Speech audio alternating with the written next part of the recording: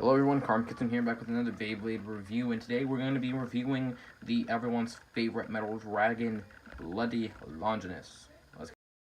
As we all know, the Longinus bloodline, Longinus was the first Beyblade to ever have metal incorporated into it before Sieg Excalibur did it in God, and then Chozetsu came out.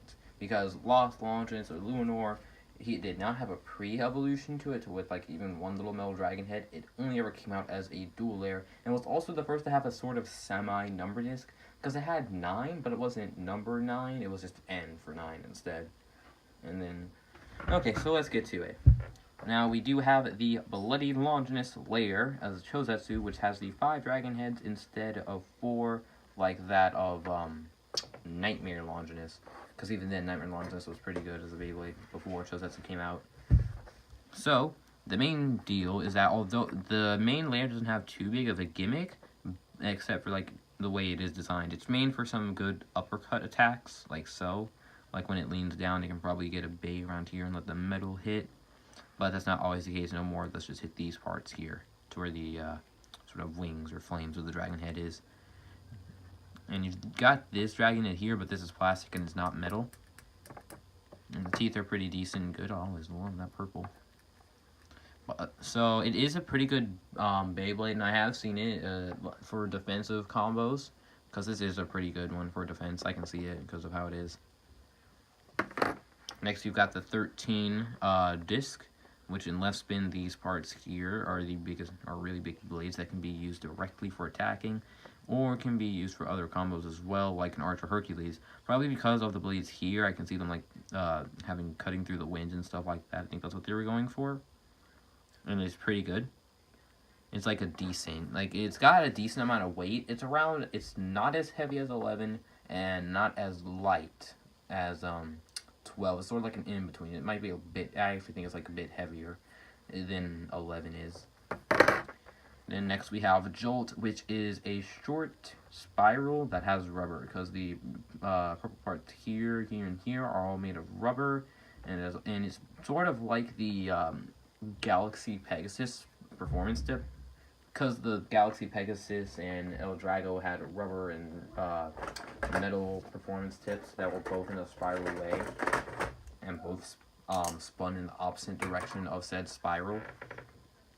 Because you got to hear, because Jolt is actually shorter than that of Spiral. Spiral is taller. And both of them have the same direction of the spiral. And for left spin, it makes it more aggressive because they're going against it here. While on right spin, it just makes it more agile than it would be aggressive. Now, my overall analysis of the Beyblade is that it is a pretty good and decent attack type, especially for Longinus. And it is really good with that of the teeth. The one downside I see would probably be with that of Jolt, because as always, as a sort of precaution, I would say, Takara Tomy tends to make their rubber not as soft as they would Hasbro does, because if you compare Hunter to Hasbro and Takara Tomy, the Hunter for Hasbro is more softer and gets more aggression. But they did sort of fix that with the Hunter Dash and Extreme Dash, where it was make sort of softer and be more aggressive.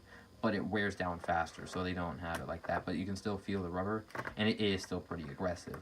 But, like somewhat similar to Winning Valkyrie, it can be a bit hard to control and determine where it's going to launch, and can lose stamina pretty easily. And because of the design for it, depending on the Beyblade, you can get screwed over pretty easily. Because I have done off-screen battles, because I just do that from a day-to-day basis. Every now and then I'll do an off-screen battle.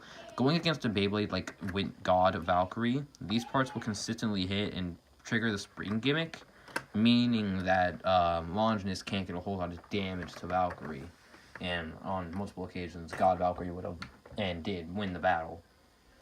Other than that, Bloody Longinus is a pretty good and decent Beyblade, and I do recommend getting Jolts 13 and this, because the layer is good for different types of combos. I wouldn't see it too good for stamina, but it is good for defense and attack type combos.